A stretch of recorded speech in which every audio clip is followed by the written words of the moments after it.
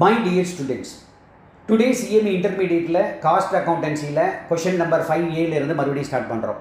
இன்னைக்கு 5A, B and then 6 ரெண்டு question நம்ம பார்க்க போறோம். இந்த 5A क्वेश्चनல என்ன சொல்றாங்க? The Moon Limited is the market leader in the manufacture and sale of specialized product. அப்ப அவங்க மெயின் ப்ராடக்ட் வந்து GPT அப்படினு ஒரு ப்ராடக்ட்டை அவங்க தயார் பண்ணி சேல் பண்றாங்க. அதோட in manufacturing the main product GPT நீங்க தயார் பண்ணும்போது அவங்களுக்கு ரெண்டு பை ப்ராடக்ட் வருது. என்னென்ன ப்ராடக்ட் அப்படின்னா X and Y அப்படின்னு ரெண்டு by product. From the records of the company you receive the information as given below. என்ன சொல்றாங்க?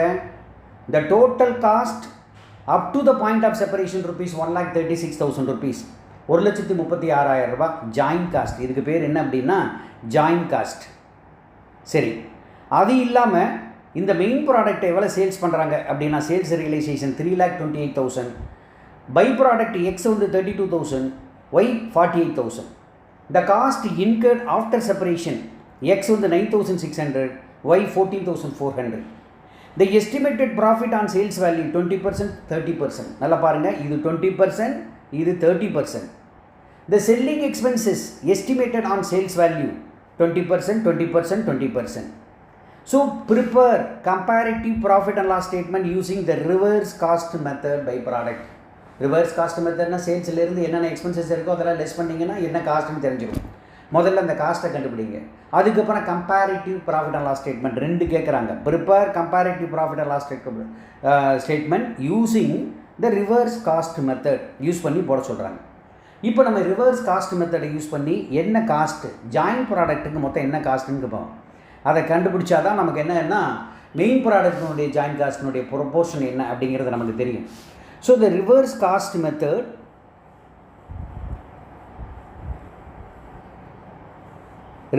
மெத்தடில் calculation ஆஃப் டோட்டல் காஸ்ட். இப்போ இந்த டோட்டல் காஸ்ட்டை கால்குலேட் பண்ணலாம். என்னென்னங்க எக்ஸ் ப்ராடக்ட் இருக்குது, ஒய் ப்ராடக்ட் இருக்குது, ரெண்டு ப்ராடக்ட் இருக்குது.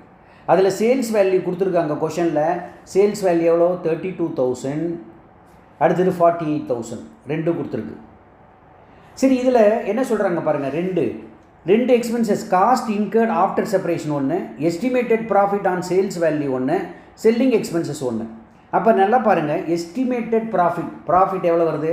அப்போ எஸ்டிமேட்டட் ப்ராஃபிட் அப்படிங்கிறது என்ன சொல்கிறாங்க 20% ஆன் சேல்ஸ், 20% ஆன் சேல்ஸ். அப்போ 32,000ல் 20% அப்படின்னா எவ்வளோ 6,400 ருபீஸ். அதனால் போட்டுங்க. இதில் 48,000ல் இன்ட்டு 20%, இதில் வந்து என்ன பர்சன்ட் 30%.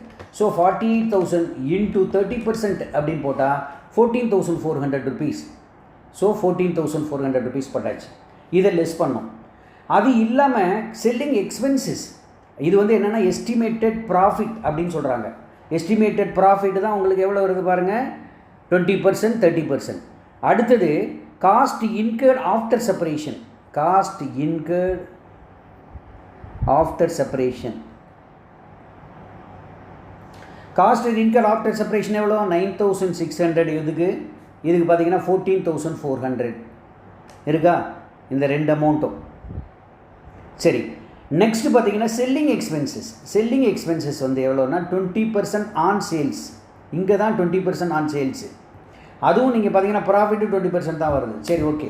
அது எவ்வளோ நீங்கள் பாருங்கள் செல்லிங் எக்ஸ்பென்சஸில் அதே 6,400, அதாவது 32,000ல் 20%. ஸோ 6,400 அண்ட் தென் இதில் 9,600. இதில் 20% தான், இதில் வந்து 30 போடக்கூடாது. அப்போ 48,000 இன்ட்டு 20% போட்டிங்கன்னா 9,600. நல்லா கவனிக்கணும், இது சேல்ஸு, இது எல்லாம் எக்ஸ்பென்சஸ். அப்போ இதெல்லாம் லெஸ் பண்ணிங்க அப்படின்னா இதெல்லாம் லெஸ் பண்ணணும். லெஸ் பண்ணால் உங்களுக்கு வந்து காஸ்ட் வந்துடும். அப்போ காஸ்ட் எவ்வளோ வருது பாருங்கள், அதாவது ஜாயின்ட் காஸ்ட் வந்துடும். அப்போ 32,000 minus 6,400 minus 9,600 minus 6,400. So 9,600 rupees இது வந்து ஆக்சுவலாக என்னென்னா ஜாயின்ட் காஸ்ட். சரி, இதுலேயும் பாருங்கள் 48,000 minus 14,400 minus and then 14,400 minus 9,600. That is here also 9,000. எப்பயுமே ஜாயின்ட் காஸ்ட்டுங்கிறது காமனாக நடக்கிற எக்ஸ்பென்சஸ். மொத்த ப்ராடக்ட்டுக்கும் ஒரு ஸ்டேஜ் வரைக்கும் அவ்வளோதான் காசு. அதுக்கப்புறம் ஒவ்வொரு ப்ராடக்டினுடைய தன்மைக்கு தகுந்த மாதிரி நம்ம அதிகமாக எக்ஸ்பென்சஸ் போட்டு அந்த ஃபைனல் ப்ராடக்ட் பண்ணுவோம். அப்போ ஜாயின்ட் காஸ்ட் அப்படிங்கிறது 9600, 9600 இதை நம்ம போட்டோம். இப்போ தான் நம்ம என்ன பண்ண போகிறோம், comparative profit and loss statement prepare பண்ண போகிறோம். Comparative profit and loss, comparative P&L statement.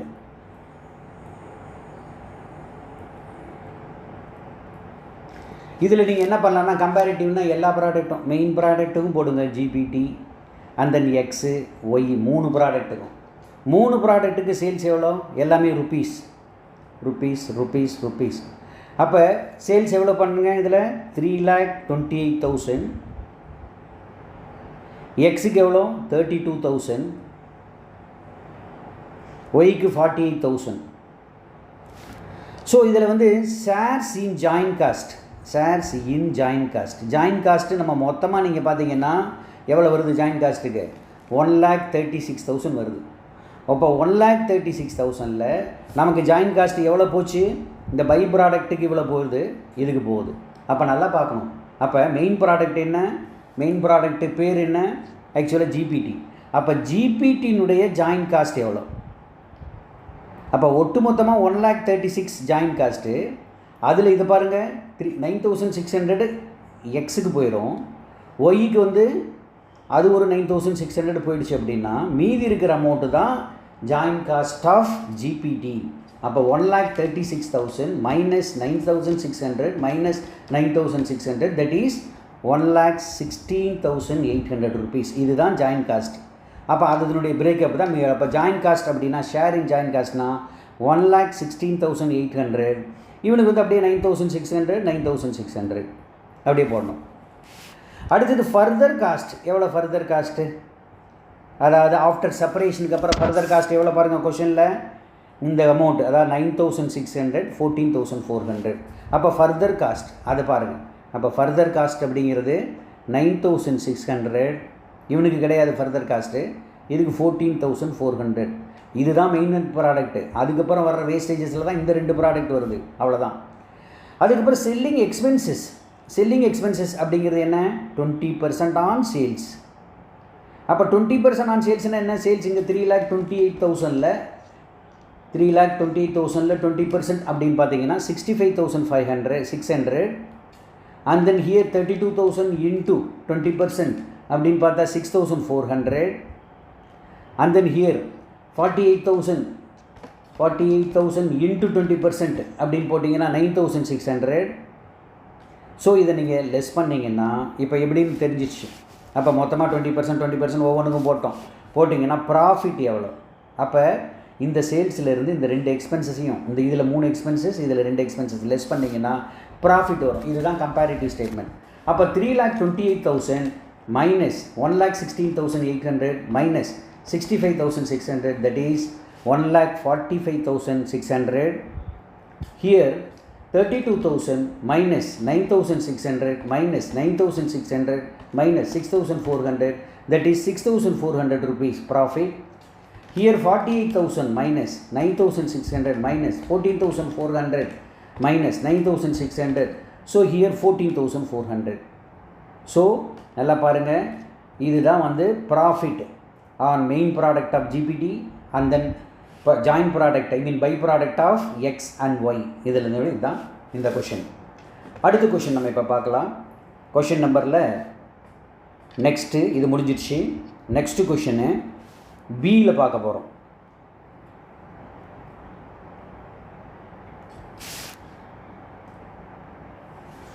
பியில் OTR Limited, which is the following standard costing, furnishes the following information regarding production budget for December 2024. The product X is 40,000 units, product Y is 80,000 units. One standard hour represents 10 units of product X. அப்போ நல்லா பார்க்கணும், standard hour அப்படின்னா நல்லா பார்க்கணும். X ப்ராடக்டை 10 யூனிட்டை தயார் பண்ணணும்னா 1 மணி நேரம் தேவைப்படுது. And then 8 units of product ஒய்யை தயார் பண்ணோம்னா 8 யூனிட்ஸ் தயார் பண்ணோம்னா 1 மணி நேரம் தேவைப்படுது. அப்போ 1 மணி நேரத்துக்கு 8 யூனிட்ஸ் ஒய் ப்ராடக்ட், 1 மணி நேரத்துக்கு 10 யூனிட்ஸ் எக்ஸ் ப்ராடக்ட். இந்த ஸ்டாண்டர்ட் வேஜ் ரேட் அப்படின்னு பார்த்தீங்கன்னா 50 பைசே, அவ்வளோதான். ஒரு ஹவருக்கு 50 பைசே. இதையும் நல்லா பாருங்கள். So during the month 15,000 hours paid at ₹60 paise per hour, ஒரு மணி நேரத்துக்கு. So which included 700 unproductive hours due to unbudgeted holidays. அப்படின்னா என்னது? இதுக்கு பேர் ஐடில் டைம் அப்படின்னு பேர். இதுக்கு பேர் ஐடில் டைம். எவ்வளோ மணி நேரம்? 700 மணி நேரம். அப்போ 700 ஹவர்ஸ் அப்படிங்கிறது வந்து உங்களுக்கு ஐடியல் டைமு. அப்போ ஆக்சுவல் ஹவர்ஸ் 15,000. அப்போ நம்ம ஒர்க் பண்ணுறது அதில் மீதி இருக்கிறது தான் நம்ம ஒர்க் பண்ணுவோம். So and also the loss of production of 500 units of product X due to the machine breakdown. So actual production for the month of, அப்போ ஆக்சுவல் ப்ரொடக்ஷன் எவ்வளோ வருது பாருங்கள், 48,000 of X and then 76,000 of Y. அவ்வளோதான். இப்போ நமக்கு என்ன கேட்குறாங்கன்னா, required to calculate the following labor variance: the direct labor rate variance, and then direct labor idle time variance, and then direct labor efficiency variance, direct labor total variance. இது மூணையும் நம்ம இப்போ தயார் பண்ண போகிறோம். அப்படி கவனிச்சுட்டே வாங்க. ரொம்ப ஈஸி கொஷின் தான். இதில் அப்படியே பார்ப்போம்.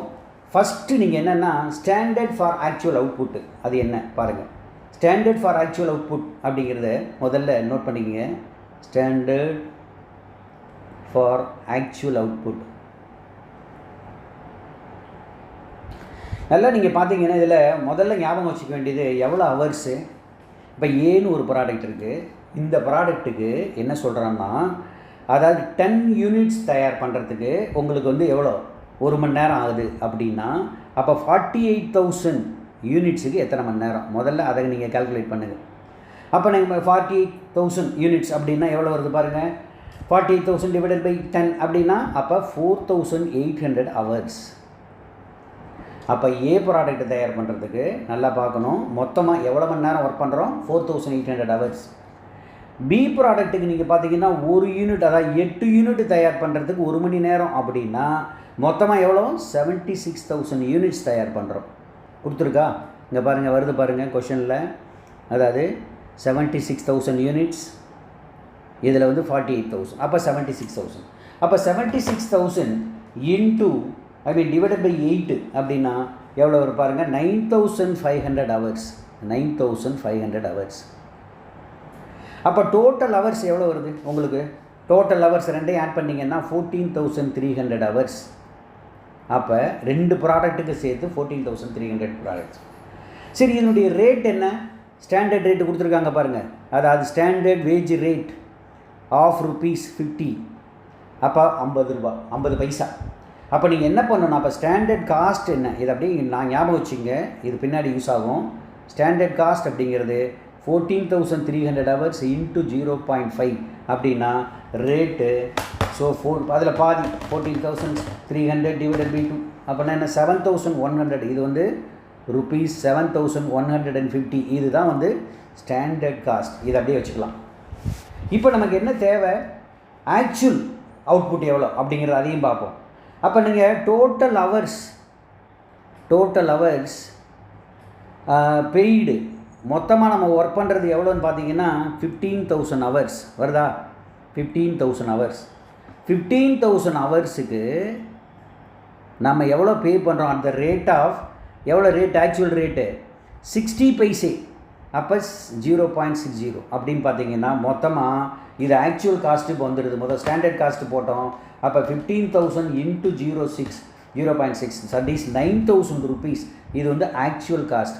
9,000 rupees அப்படிங்கிறது ஆக்சுவல் காஸ்ட்.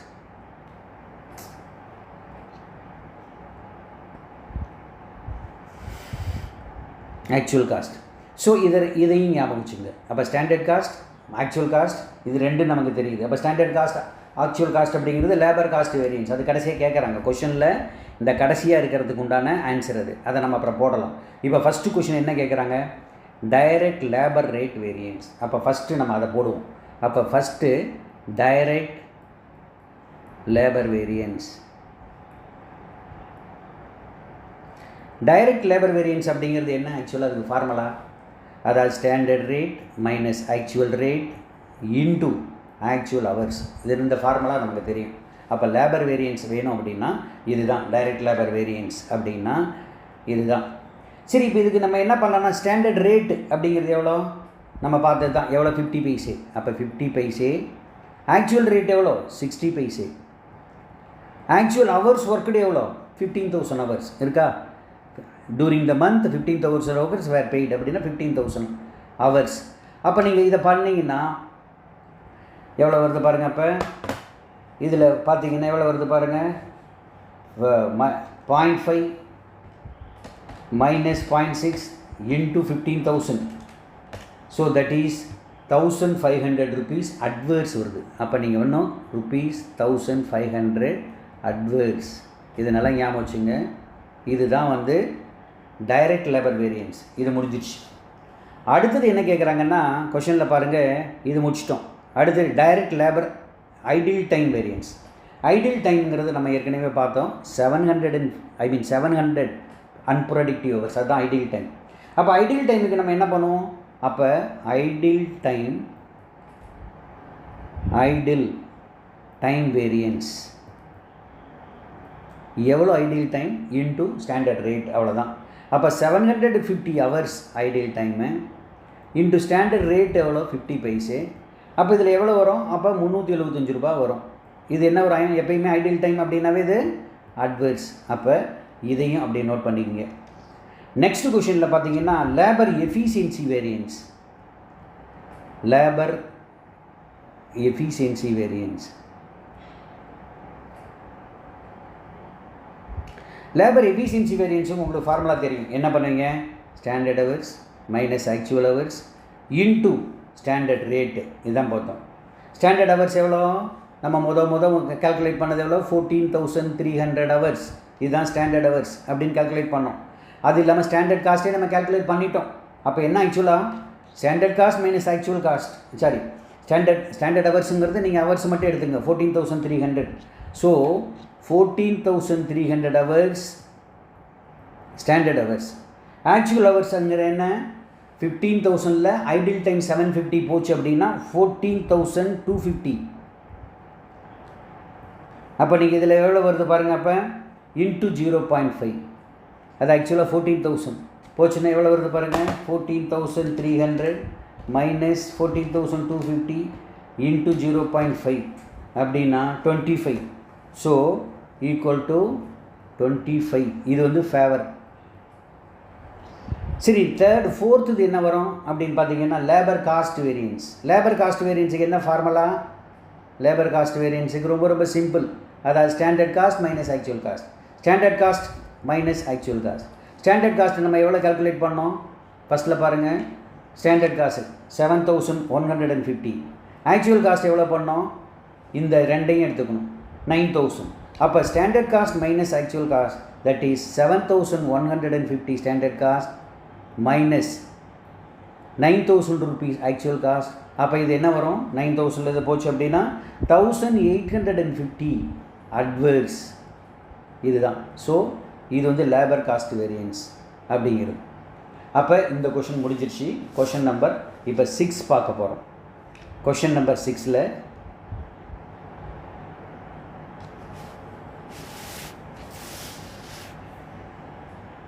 கொஷின் நம்பர் 6ல் The man limited manufactures and sells product X. Xங்கிற ப்ராடக்டை பர்ச்சேஸ் பண்ணி மேனுஃபேக்சர் பண்ணி சேல்ஸ் பண்ணுறாங்க. ஃபாலோயிங் டேட்டா அவைலபிள்ஸ். Raw materials 20 rupees, conversion cost 15 rupees, dealers margin 5 rupees, selling price 50 rupees. That means என்ன. இது 3 variable cost ஆச்சுங்களா. அப்போ நீங்கள் என்ன 3மே வேரி பண்ணணும். அதாவது conversion, dealers margin and then material. அதாவது இந்த 3. அதாவது நல்லா பார்க்கணும். Material and then conversion, dealers, இது 3 வேரியபிள் காஸ்ட். இது சேல்ஸ். அப்போ சேல்ஸ் மைனஸ் வேரியபிள் காஸ்ட் அப்படிங்கிறது கான்ட்ரிபியூஷன். நம்ம ஈக்குவலாக கண்டுபிடலாம். கான்ட்ரிபியூஷன் அப்படின்னா மொத்தமாக எவ்வளோ ப்ரொடக்ஷன் பண்ணுறான் 1,50,000 யூனிட்ஸ். 1,50,000 அப்போ டோட்டல் கான்ட்ரிபியூஷன் வந்துடும்.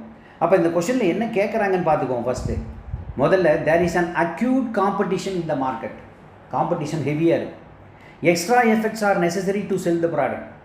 The following suggestion have been made for increasing sales. 2 என்னென்ன சஜஷன் அப்படின்னா இப்போ ரேட் வந்து ஏற்கனவே என்ன ரேட் இருக்குது பாருங்கள், 5 ரூபா ரேட்டு. இப்போ இங்கே என்ன சொல்கிறான், reduce the selling price by 4%. Selling price எவ்வளோ சொல்கிறான் பாருங்கள். செல்லிங் ப்ரைஸ் 50 ரூபா இருக்குது. இந்த 50 ரூபாயில் நீங்கள் என்ன பண்ணலாம், 4% குறைக்கலாம். 50 ரூபாயில் 4% அப்படின்னா எவ்வளோ வருது பாருங்கள், 50 × 4 அப்படின்னா 2 ரூபா குறைச்சிட்டிங்கன்னா 48 ரூபா ரேட்டு பட்டிங்க இது. அப்படி பண்ணால் என்ன வரும்? அடுத்தது increase dealers margin. Dealers margin 5 ரூபா சொல்லியிருக்கோங்க டீலர்ஸ் மார்ஜினில். ஆனால் இப்போ என்ன சொல்கிறான், டீலர்ஸ் மார்ஜினில் 20% அதிகப்படுத்துங்க அப்படின்றான், இன்க்ரீஸ். அப்போ 5 ரூபானா 20% ஆனால் இன்னும் 1 ரூபா அதிகம் பண்ணணும். அப்போ இதையும் பண்ணணும், அப்போ 6 ரூபா. அப்படி இருந்தால் அவங்க என்ன சொல்லுவாங்க, if the company desires to maintain the present level of profit. அப்போ ப்ரெசன்ட் லெவல் ஆஃப் ப்ராஃபிட் என்னன்னு நம்ம பார்க்கணும். அதே ப்ராஃபிட் வரணும்னா செல்லிங் ப்ரைஸ் 4% உங்களுக்கு குறைச்சா எவ்வளோ வால்யூம் சேல்ஸ் பண்ணணும். அதே சமயத்தில் மார்ஜின், டீலர்ஸ் மார்ஜினை அது 20% இன்க்ரீஸ் பண்ணால் எவ்வளோ சேல்ஸ் பண்ணணும் அப்படின்னு கேட்குறான். Which are the following 2 suggestion? அது ரெண்டில் நீங்கள் எதை ரெக்கமெண்ட் பண்ணுவீங்க, எதை ரெக்கமெண்ட் பண்ணீங்க, அதுக்கு உண்டான காரணத்தை சொல்லுங்கள் அப்படின்னு சொல்கிறாங்க. அருமையான கொஷினு, இதை அப்படியே கொஞ்சம் கவனிங்க.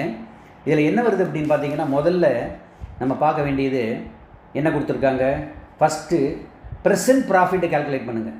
ப்ரெசன்ட் ப்ராஃபிட் எவ்வளோ கால்குலேட் பண்ணலாம், நமக்கு தெரியும், செல்லிங் ப்ரைஸ் தெரியும் எவ்வளோ, 50 ரூபா செல்லிங் ப்ரைஸ். சரி, அடுத்தது லெஸ் வேரியபிள் எக்ஸ்பென்சஸ். வேரியபிள்லாம் எவ்வளோ வருது பாருங்கள். ஒன்று கன்வர்ஷன் காஸ்ட்டு கொடுத்துருக்காங்க, கன்வர்ஷன் அது 15 rupees. டீலர்ஸ் மார்ஜின் அது வந்து பாருங்கள் 5 rupees. அண்ட் தென் மெட்டீரியல் அப்படின்னு பார்த்தீங்கன்னா தட் இஸ் 20 rupees. மொத்தமாக பார்த்தீங்க அப்படின்னா 40 rupees. அப்போ சேல்ஸ் வந்து 50 rupees, வேரியபிள் வந்து 40 rupees. அப்போ உங்களுக்கு கான்ட்ரிபியூஷன் எவ்வளோ வரும் அப்படின்னு பார்த்தா கான்ட்ரிபியூஷன் 10 rupees. அப்போ கான்ட்ரிபியூஷன் 10 rupees வருது. அப்போ டோட்டல் கான்ட்ரிபியூஷன் கண்டுபிடிக்கணும்னா என்ன சொல்கிறாங்க, கொஷின் நல்லா பாருங்கள். டோட்டல் கான்ட்ரிபியூஷன்னா 1,50,000 யூனிட்ஸ் நம்ம தயார் பண்ணுறோம். அப்போ டோட்டல் கான்ட்ரிபியூஷன்னா நம்பர் ஆஃப் எவ்வளோ சேல்ஸ் பண்ணுறீங்க பாருங்கள். ப்ரெசன்ட் சேல்ஸ் வந்து 1,50,000. அப்போ டோட்டல் கான்ட்ரிபியூஷன் ஈக்குவல் டு என்ன, 1,50,000 யூனிட்ஸ் டோட்டல் சேல்ஸு இன்ட்டு அவ்வளோ என்ன சொல்கிறீங்க ஆக்சுவலாக 10 rupees அப்படின்னா அப்போ ₹15 lakhs வந்து டோட்டல் கான்ட்ரிபியூஷன். அது இல்லாமல் ஃபிக்ஸட் காஸ்ட்டு தனியாக கொடுத்துட்டாங்க, அதிலேருந்து லெஸ் பண்ணிங்கன்னா உங்களுக்கு என்ன வரும், ப்ராஃபிட் வரும். அப்போ லெஸ், இப்போ டோட்டல் காஸ்ட் வந்து உங்களுக்கு தெரியும். அப்போ ஃபிக்ஸட் காஸ்ட் வந்து எவ்வளோ சொல்கிறான், 8 lakhs சொல்கிறான். அப்போ 8 lakhs. அப்போ டோட்டல் கான்ட்ரிபியூஷன்லேருந்து 8 lakhs லெஸ் பண்ணால் ப்ரெசன்ட் ப்ராஃபிட் எவ்வளோ அப்படின்னா 7 lakh rupees. இந்த 7 lakh rupees நல்லா ஞாபகம் வச்சுக்கணும். இதே 7 lakhs தான் டு பி மெயின்டைன்டு அப்படின்றான். எப்போ மெயின்டைன்டு அப்படின்றான் நல்லா பாருங்கள். செல்லிங் ப்ரைஸ் 4 ரூபா குறைச்சாலோ, டீலர்ஸ் மார்ஜினை 20% அதிகப்படுத்தினாலோ இதே ப்ராஃபிட் வரணும்னா அப்போ எவ்வளோ சேல்ஸ் பண்ணணும், அப்போ எது உங்களுக்கு பெட்டர் சிஸ்டம் அப்படின்னு கேட்குறான்.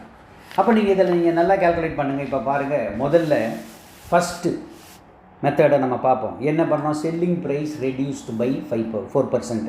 அப்போ செல்லிங் ப்ரைஸ் ரெடியூஸ்டு பை 4%. நார்மலாக செல்லிங் ப்ரைஸ் எவ்வளோ இருந்தது, 50 rupees இருந்தது. அப்போ லெஸ் ரிடக்ஷன் எவ்வளோ வருது, ரிடக்ஷன் அப்படின்னு பார்த்தா எவ்வளோ பர்சன்ட் சொல்கிறான், 4% சொல்கிறான். 50 ரூபாயில் 4% எவ்வளோ வருது, 2 rupees வரும். அதாவது 50 × 4 / 100 அப்படின்னு போட்டிங்கன்னா 2 rupees வரும். அப்போ 2 rupeesனால் அப்போ இப்போ எவ்வளோ வரணும், அப்போ 48 rupees. அப்போ நியூ ப்ரைஸ் வந்து 48 rupees. இந்த ப்ரைஸுக்கு நீங்கள் சேல்ஸ் பண்ணால் எவ்வளோ வால்யூம் பண்ணுவீங்க, சேல்ஸ் வேல்யூம் அப்படின்னு கேட்குறேன். அப்போ நமக்கு ஏற்கனவே நமக்கு தெரியும். அப்போ இந்த சேல்ஸ் வேல்யூ தான் எடுத்துக்கணும். அப்போ கான்ட்ரிபியூஷன் எவ்வளோ வரும், sales value 48 rupees. Contribution less variable expenses எல்லாம் பார்க்கலாம். வேரியபிள் என்ன வரும், மெட்டீரியல் எவ்வளோ வந்தது, 20 rupees. அப்புறம் இது என்ன கன்வர்ஷன் காஸ்ட்டா, அது என்ன காஸ்ட் அது, கன்வர்ஷன் காஸ்ட்டு ஒரு 15 rupees. டீலர்ஸ் மார்ஜின் எவ்வளோ, ஒரு 5 rupees. அப்போ அதில் எந்த சேஞ்சஸும் இல்லை. அப்போ 40 rupees. நல்லா பாருங்கள், சேல்ஸ் வேல்யூலேருந்து இந்த மார்ஜினை லெஸ் பண்ணிங்கன்னா எவ்வளோ வருது, 8 rupees வருது. அப்போ இதுதான் கான்ட்ரிபியூஷன். முதல்ல வந்த கான்ட்ரிபியூஷன் 10 ரூபா வந்தது, இப்போ இந்த ப்ரைஸில் 2 ரூபா குறைஞ்சிட்டனால 8 ரூபா ஆகிடுது. அப்போ சேல்ஸ் வேல்யூ எவ்வளோ இருக்கும்? அப்போ சேல்ஸ் வேல்யூ ஈக்குவல் டு நம்ம என்ன பண்ணணும், நல்லா பார்க்கணும். முதல்ல சேல்ஸ் யூனிட்ஸ் எவ்வளோ அப்படின்னு கால்குலேட் பண்ணணும். சேல்ஸு வேல்யூங்கிறத விட இதில் வந்து நீங்கள் என்ன பண்ணுறீங்க, யூனிட்ஸ், சேல்ஸ் யூனிட்ஸ் கால்குலேட் பண்ணணும். சேல்ஸ் யூனிட் கால்குலேட் பண்ணுறதுக்கு என்ன formula? Sales units equal to நமக்கு தெரியும் ஃபிக்ஸட் காஸ்ட் எவ்வளோ, நமக்கு வந்து ப்ரப்போஸ்டு ப்ராஃபிட் எவ்வளோ, அதே 7 lakhs மெயின்டைன் பண்ணோம் அப்படின்னு நம்ம சொன்னோம். அதே சமயத்தில் கான்ட்ரிபியூஷன் இதுதானே. சரி, இப்போ கான்ட்ரிபியூஷன் இப்போ நமக்கு தெரிஞ்சிச்சு எவ்வளோ, 8 ரூபா. சரி, ஃபிக்ஸட் காஸ்ட் எவ்வளோ சொல்கிறாங்க, அதே 8 lakhs ப்ளஸ் ப்ராஃபிட் எவ்வளோ சொல்கிறான், அந்த 7 lakhs அப்படியே மெயின்டைன் பண்ணணும். அப்போ 7 lakhs plus 8 lakhs divided by 5 அப்படி, அதாவது 8 அப்படின்னு போட்டிங்கன்னா உங்களுக்கு 1,50,000 டிவைடட் பை இதை வந்து நீங்கள் வந்து 15 lakhs டிவைடட் பை 8 rupees அப்படின்னு போட்டிங்கன்னா சேல்ஸ் யூனிட்ஸ் வந்துடும். ஸோ அப்போ சேல்ஸ் யூனிட்ஸ் எவ்வளோ பாருங்கள், இப்போ 15 lakhs டிவைடட் பை 8 அப்படின்னு பார்த்தீங்கன்னா 1,87,500 யூனிட்ஸ் நீங்கள் சேல்ஸ் பண்ணணும். எந்த ரேட்டுக்கு? இப்போ நியூ செல்லிங் ப்ரைஸ் எவ்வளோ, 48 rupees. அப்போ சேல்ஸ் வால்யூம் எவ்வளோ, அப்போ சேல்ஸ் வேல்யூ அப்படின்னு பார்த்தீங்கன்னா சேல்ஸ் வேல்யூ பார்த்தீங்கன்னா 1,87,500 இன்ட்டு 48 rupees, அவ்வளோதான். அப்போ 48ஆல் மல்டிப்ளை பண்ணிங்கன்னா 90 lakhs நீங்கள் சேல் பண்ணிங்கன்னா 90 lakhs சேல்ஸ் பண்ணிங்கன்னா அதே ப்ராஃபிட் இந்த 7 lakhs உன்னுடைய ப்ராஃபிட்டை நீங்கள் அச்சீவ் பண்ணலாம். எவ்வளோ யூனிட் சேல் பண்ணோம், 1,87,500 சேல்ஸ். எந்த ரேட்டுக்கு? நியூ ப்ரைஸு 48 ரூபா ப்ரைஸுக்கு பண்ணிங்கன்னா அப்போ சேல்ஸ் வேல்யூ இவ்வளோ. அப்போ இந்த பழைய ப்ராஃபிட் வரணும்னா சேல்ஸ் வால்யூம் 90 lakhs இருக்கணும் வேல்யூ அப்படின்ட்டு. சரி, இப்போ அடுத்த கேஸில் நம்ம பார்ப்போம். இந்த கேஸில் பார்த்தீங்கன்னா to increase dealers margin by 20%, to increase dealers margin by 20%. அப்போ 20% என்ன, டீலர்ஸ் மார்ஜின் என்ன, ப்ரீவியஸ்லி டீலர்ஸ் மார்ஜின் அப்படிங்கிறது பார்த்தீங்கன்னா 5 rupees. இப்போ இன்க்ரீஸ், ஆட் இன்க்ரீஸ் எவ்வளோனா 20% இன்க்ரீஸ். 20% இன்க்ரீஸ்னால் 5ல் 20% இன்க்ரீஸ் அப்படின்னா எவ்வளோ, 1 ரூபா. அப்போ மொத்தமாக இப்போ dealers margin, new dealers margin எவ்வளோ வரும், 6 rupees. ஸோ இப்போ இதை பேஸ் பண்ணி நீங்கள் கால்குலேட் பண்ணணும். அப்போ சேல்ஸ் யூனிட்ஸுக்கு நீங்கள் அதே மாதிரி தான் என்ன, ஃபிக்ஸட் காஸ்ட் அப்படியே வச்சுக்கலாம் ப்ளஸ் ப்ராஃபிட்டு டிவைடட் பை இப்போத்தி கான்ட்ரிபியூஷன் என்ன அப்படிங்கிறது தான். இந்த கான்ட்ரிபியூஷனை இப்போ நீங்கள் கால்குலேட் பண்ணலாம். எப்படி கால்குலேட் பண்ணலாம்? அதாவது முதல்ல நம்ம இப்போ பாருங்கள், நம்ம இதில் பார்த்தோம் இல்லையா, அந்த 3 இதில் என்னென்ன பார்த்தோம், raw material 20 rupees, conversion 15 rupees, dealers margin இப்போ எவ்வளோ சொல்கிறோம், 6 ரூபா. அப்போ மொத்தமாக எவ்வளோ வருது, 35, 41 rupees வருது. சேல்ஸ் எவ்வளோ, ஆக்சுவலாக சேல்ஸில் நீங்கள் பார்த்தீங்க அப்படின்னு சொன்னால் 50 rupees. அப்போ 50ல் 41 போச்சு அப்படின்னா அப்போ 50 minus 41 equal to 19 rupees contribution. அப்போ இதுதான் கான்ட்ரிபியூஷன். அப்போ 9 rupees கான்ட்ரிபியூஷன் அப்படின்னா என்ன வரும், அப்போ sales units equal to fixed cost அதே தான், fixed cost 8 lakhs, profit margin அதே 7 lakhs டிவைடட் பை கான்ட்ரிபியூஷன் எவ்வளோ, இந்த 9 rupees போட்டிங்கன்னா நம்பர் ஆஃப் யூனிட்ஸ் வரும். அப்போ 15 lakhs divided by 9 rupees contribution அப்படின்னா அப்போ எவ்வளோ, 15 lakhs ஃப்ராக்ஷனில் தான் வரும். 9 rupees அப்படின்னா 1,66,600 மேக் இட் ரவுண்ட் ஆஃப் பண்ணிவிடுங்க, அதை 67. அப்போ 667 யூனிட்ஸ், இவ்வளோ யூனிட்ஸ் தயார் பண்ணோம். ஆனால் உங்களுக்கு ரேட்டு வந்து அதே ரேட்டு தான், 50 ரூபா ரேட்டு. அப்போ இதனுடைய சேல்ஸ் வேல்யூ எவ்வளோ இருக்கும் அப்படின்னு பார்த்தீங்கன்னா 1,66,667 இன்ட்டு செல்லிங் ரேட், பழைய செல்லிங் ரேட்டை தான் 50 rupees அப்படின்னா அப்போ வேல்யூ வந்து பார்த்தீங்கன்னா 83,33,350 அப்ராக்சிமேட்டாக வச்சுக்கலாம். 33 வருது, அப்படியே வச்சுக்கலாம். அப்போ இந்த வால்யூம் நீங்கள் பண்ணிங்கனாலும் இந்த 7 லட்ச ரூபா கிடைக்கும். ஆனால் டீலர்ஸ் மார்ஜின் வந்து நம்ம 1 ரூபா அதிகப்படுத்துகிறோம். மற்றபடி ப்ரைஸ் ரேட்டு வந்து அதே 50 ரூபா ரேட்டு தான். எங்கள் ரா மெட்டீரியல் ரேட்டு அதே 20 ரூபா ரேட்டு தான், 50 ரூபா இல்லை. இது வந்து சேல்ஸ்.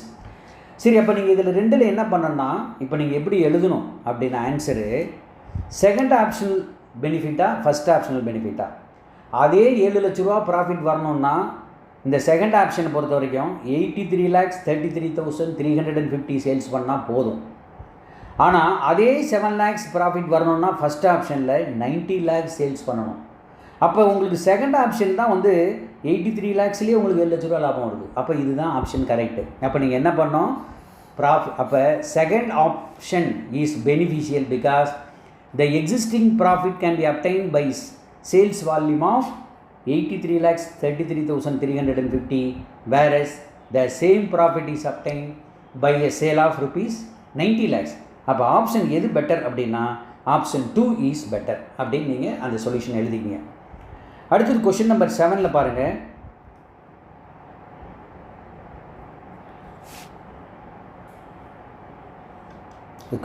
கொஷின் நம்பர் 7 ஓகே 6 தான் அதோட முடியுது ஆக்சுவலாக. ஓகே, நாளைக்கு கிளாஸில் மீதி 2 கொஷின்ஸ் வரும். அதை நம்ம ஏற்கனவே சொன்ன மாதிரி நீங்கள் என்ன பண்ணலாம் அப்படின்னா, உங்களுக்கு டெலகிராமில் வாட்ஸ்அப்பில் லிங்க் நம்ம டிஸ்கிரிப்ஷனில் போட்டிருக்கோம். யாரெல்லாம் விருப்பமாக இருக்கோ அதில் நீங்கள் ஜாயின் பண்ணிக்கிறோம்.